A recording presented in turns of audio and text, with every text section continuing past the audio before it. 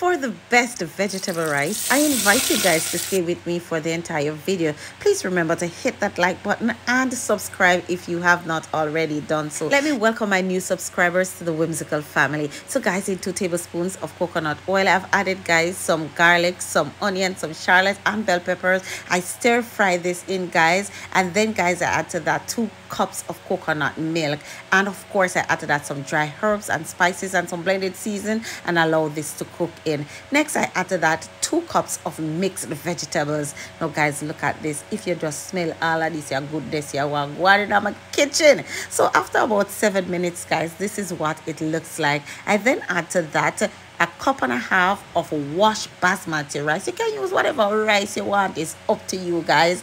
And then of course guys, I stir this in nicely. I'm gonna add to that guys some green onions, of course, some thyme leaf. Fresh thyme is always good guys, it adds more flavor guys to your food. I'm gonna add to that one whole scotch bonnet pepper guys. You can go ahead and add whatever other spice you want to your vegetable rice.